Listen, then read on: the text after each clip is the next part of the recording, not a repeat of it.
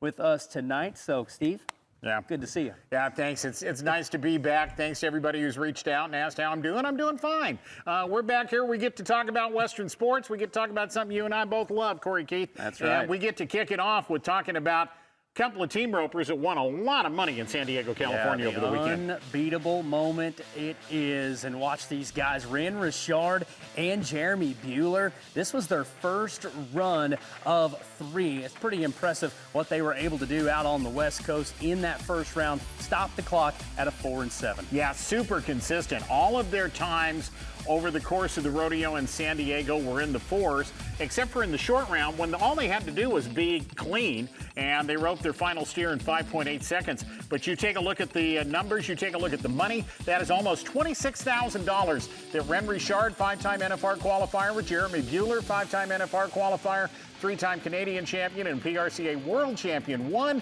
That's what they did at the rodeo in San Diego.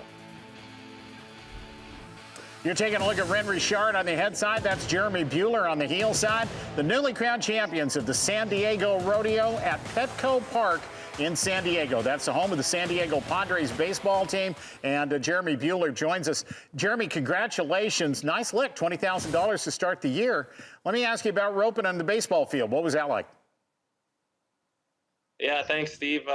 You know, that's one of the coolest venues that you can rope in. I absolutely love that city, love roping in Petco. I mean, it's awesome.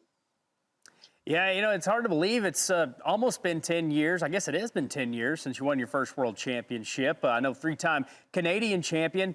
And I want to bring that up because this event in San Diego was produced by C5 Rodeo from Canada, and you had a chance to win it. This has to be pretty special for you. Yeah, absolutely. You know, it's... yeah, 10 years, woof, that went by fast. But yeah, those guys giving us the invite to go to the rodeo that they produced. I mean, it's one of the best rodeos in the world, and just, yeah, real thankful that that's a call that you're very happy to get, that you get to go compete there.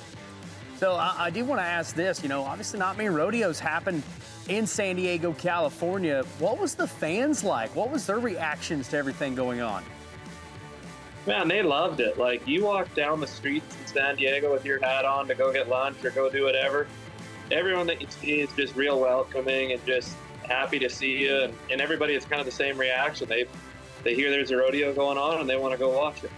So we're taking a look at a couple of your runs. It was a 3-header. We've got video of 2 of them. You were 4-4 on your second one, and then you were the last team in the final 4 to back in the box. It was a little soft. All you had to do was just catch horns and heels, and you did with a 5.8. Tell me about how you handled that. Yeah, that's almost more pressure when all you got to do is catch him. But, yeah, Rhen told me right before he went in, he said, hey, I'm going to go all the way to him and just make him easy. And I said, all right, sounds good. Yeah, there's a look at how much money you guys won, why you were out there to win it all in the finals. $20,000, I would say that's a pretty good payday, especially when you just get the invitation. You have to love rodeo formats like this. Oh, 100%. I mean, yeah, that's one of those that you just hope you keep getting that call and get to keep on going back. Jeremy, tell me about the horses that we just watched you on the video ride, because Rhen was on Rhen Richard has had so darn many absolutely drop-dead gorgeous horses that he has ridden into roping boxes through the years. He was on a 7-year-old. You were on one of your old reliables. Tell us about that. Yeah, for sure. So that's a 7-year-old that Colton Schmidt rode at the NFR, and Rhen had a really good maturity career on that horse, and so it's cool to see him on this on one of the bigger stages, you know, or the biggest stage, watching Colton do great on him and then Rhen doing great on him there. So I'm really looking forward to watching that horse in the future. And then mine, that's old Haas. I think he's 22. He's just my old faithful. I mean, I've rode him everywhere over the last 4 or 5 years, and yeah, we're real thankful to cross paths with that horse. Now, what made you what made you come to the decision to ride your veteran horse in this situation? Was there a reason, or was that the only one on the trailer, or? Well, honestly, it was a last-minute decision because the other horse that I've been riding, he actually got an abscess. We've been getting a lot of rain here in Arizona, and he abscessed. And that morning, he was a little bit sore still. So I thought, I'll throw the old boy on, and yeah, I'm glad I did. He sure didn't miss a beat. So everything happens for a reason, they say. Yeah. There's no such thing as a pastoral ornament at a team roper's house, is there? No, that's right. Yeah. So let me ask you before I let you go, tell me about your plans for the year coming up. You've been going to a lot of the rope horse futurities. Team ropers have discovered a whole new well of opportunity, and I think we're all watching better horses because of it. Tell me about your plans for 2026, Jeremy. Well, I'm all in on the futurities, you know what I mean? The Old West and the Gold Buckle and Royal Crown and ARHFA and all the other ones that I'm forgetting or leaving out. They're just producing these amazing events. And, you know, now that I'm a family man and stuff like that, you know, and I've always been really passionate about the young horses and stuff. So the futurity deal, it really plays into what I want to do right now. So I'm going to be all in on those. And then, I don't know, it just seems like when you're at home riding and roping as much as you are, it only makes sense to go to some of the bigger rodeos throughout the year. I'm still really passionate. I still love rodeoing. Darn sure not throwing out the retirement word or anything like that. But, you know, it's hard to do both. So I'm going to say that I'm probably predominantly going to do the futurities, but I'm also going to compete. Like I got into all the winter rodeos, so I'm going to compete at all those and see how it goes and, you know, go from there. Well, I have to say, it's so hard to get credibility in this sport, and obviously you have the credibility because you have a gold buckle at the National Finals Rodeo. So I would, if I had a horse, I'm sending him your way. That's all I'm going to say. Well, thank you. Yeah. Well, congratulations on Rhen and you for winning a lot of money in San Diego, and I appreciate you joining us on Western Sports Roundup to talk about it today. Right on. Thanks for having me, guys. Absolutely. Absolutely. That is our unbeatable moment, sponsored by Unbeatable Feeds. No grain, no problem. So you're taking a look at the beautiful city of San Diego. Man, oh man, is that a pretty sight.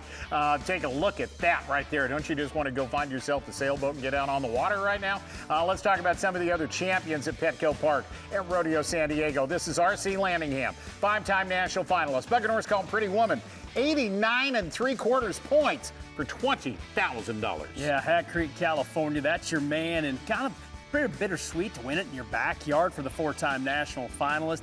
That kid right there, he can ride those bareback horses, and I know he gets fired up when he's close to home. Also, tie-down roping, John Douch. Check this out. How about a 6.91? Are you kidding me right now? John Douch is very capable of lighting up the scoreboard, and there he pulled the six-shooter just at the tail end of that one just because. 6.9 for John Douch. When he needed to be fast, he was fast. Yeah. That's in the championship round. That's the Final Four round. That's $20,000 for John Douch. This is not a PRCA sanctioned event. The money does not count toward the world standings, but I guarantee you, every single person we're talking about right now, their banker was happy to see him walk in the door. Yeah, those bankers don't care, and that banker loved when Haley Williams showed up. 181. Wow, these breakaway ropers, it just seems like the starts are getting quicker. These cowgirls are going to have to just one swing them, I think, this summer. It's going to see who could set the record for the fastest run of all time. Yeah, we're going to talk about a couple of really fast runs in the breakaway roping today. And here's Haley Williams, outdoors, 1.81. Saddle Bronc riding, let's turn our attention to the man from Idaho, Cade Bruno. Look at him hold his feet through the mark out. That's Steely Dan. That's a C5 bucking horse, Canadian finalist, NFR selected, 89 1/4 for $20,000 for Cade Bruno, who has become, over the last few years, he's sitting 5th in the world standings right now, been to the NFR 4 times. I think one of the forces to be reckoned with in the bronc riding business. Yeah, he's one of the richest bronc riders, honestly, going up and down the road at this moment. He's just cool, calm, and collect. It's a matter of time before a world title. He is knocking on the door. And, of course, we've watched knocking on the door, Will Loomis to a world championship, 4-4-1 on this run. I know this guy's been super busy getting ready for that cinch timed event championship. I don't even know how he's had time to bulldog with working on all those other events. Well, and remember, he's a college rodeo coach, too. And this is a busy time of year for college rodeo. 4.41 for Will Loomis. In the barrel race, Haley Gibson-Stillwell, who's from California. Remember, she qualified for her first NFR last December, won a go-round, placed in 6 out of 10 go-rounds at the National Finals Rodeo. She was on the Palominos a bunch at the NFR. She gets on the Bay Horse here and stops the clock in a 15.499. Yeah, old fancy there, just on cruise control. I think last year she won 15 rodeos in her home state of California, so that's pretty incredible to see her Once again, bull riding, though, love to have this guy back. After the NFR, after the knockout, the concussion, J.R. Stratford looking pretty good. Qualified for the NFR twice. Both times the NFR cut short by injuries. And you're right, Corey. How good is it to see J.R. Stratford back, healthy? Look at him move. Look at him just keep staying loose the whole time on that bull. That little stumble there at the end had everybody holding their breath, but $20,000 later for JR.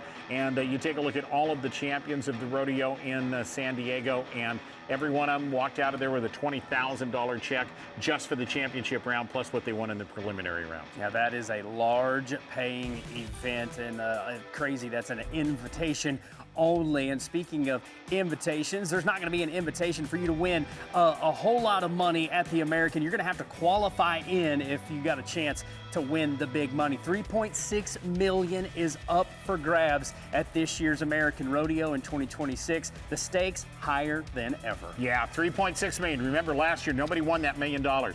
So that money rolls over into 2026, and somebody has got a chance to win $2.1 million. That's $100,000 for winning the event. Plus, if you're the only person that wins the event who's eligible for that $2 million side pot, you're walking out of there with definite life-changing money. This year, the American Rodeo on a different set of dates, May 22nd, 23rd. That's Memorial Day, basically. Fort Worth, Texas, Globe Life Field. Qualifying events end on March the 15th. Go to AmericanRodeo.com. You will get all the details on everything that is happening at the American Rodeo, which is, it's not that far off. We'll talk more about that coming up later on with James Miller. Yeah, James Miller and Kate Saunier going to be in the studio with us a little bit later today. But, of course, time for our Kubota story of the day. And not necessarily a great story, just a sad news. Straight Jacket from J-Bar J unfortunately passes away due to an injury at the ranch. And just to tell you about this horse, 9 trips to the national finals, 5 in the bareback riding, 4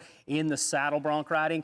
Of 14 horses that J-Bar J sent to the NFR, 8 of them were offspring out of this horse. That is absolutely amazing. And just under 300 qualification NFR trips among siblings and offspring alone. Yeah, you think about the bloodlines and the breeding program of J-Bar J, sired by the legendary Night Jacket, 2023 Pro Rodeo Hall of Fame inductee, and now that great horse, Straight Jacket, unfortunately passing away.